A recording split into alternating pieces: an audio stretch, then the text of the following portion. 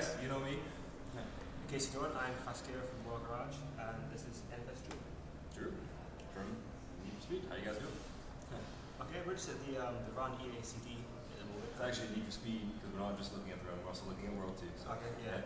Granted, but these questions are more the Run. Okay, cool. Just thought we had like the Q&A session today. What information we've got around up in the Royal Garage and discussing what we can't discuss for NBA reasons. I thought I'd just take the time to sort of catch up with you, get a few questions about like what you feel about the game. Cool. So first up, what are your thoughts on the Run? Like, what do you think? What's that? The cool thing about the Run is that you know, there's so much new stuff that we're doing this year that we've never really been able to do or haven't had a chance to do in the past. So like we have the added car sequences. We're using Frostbite 2, which is allowing us to do a whole bunch of stuff in terms of not only are we having cops chase you, and that's kind of like the threat in the race. This is not only cops anymore, but you also have environmental threat. We've got that in the form of like big, thick fog banks. You've seen the avalanches in the Independence Pass.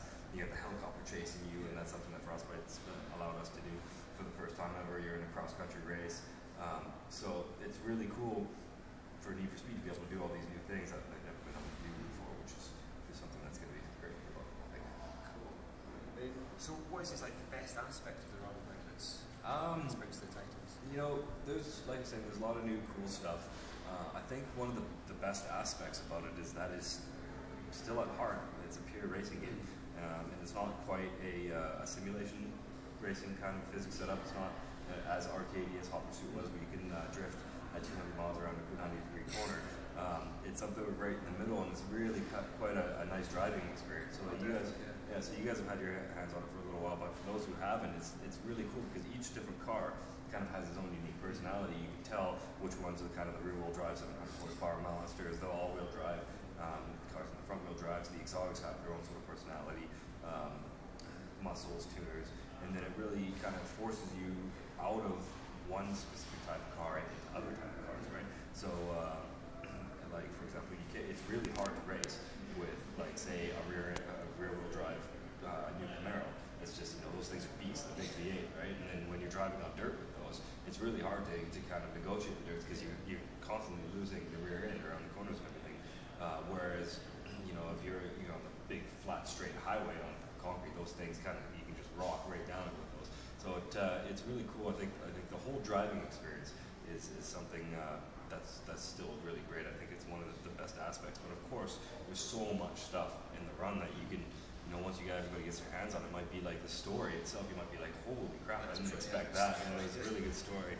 Or like some of the actual moments that the destruction gives you. You know, like, or you know, you guys saw in Chicago. First time you get shot at by the helicopter, you're like, oh crap, right? So there's a whole bunch of stuff that people might want to disagree with what the coolest thing is, but I think, you know, at its heart, it's still a great racing. Yeah. Okay, well, do you think it's maybe safe to say it's the best NFS out to date? It is definitely the biggest that we've ever done, so it's got the most kilometers track ever that we've done Need for Speed before. It's, you know, real world location. I think it could be arguably the best because, I mean, a lot of people say Most Wanted was the best, and you know, we're bringing back some elements back of that. Maybe we have the cops chasing and stuff like that. It's not a free roam. It is a linear path, which is something that we haven't done for a little while. But I think arguably it could be, and I hope that you guys agree. Yes. So far, man, I personally think it's great. It's got all the elements from Carbon. And it's kind of all brought this back in, isn't it? The one thing with me, it gives me a subtle reminder of Hot Pursuit 2.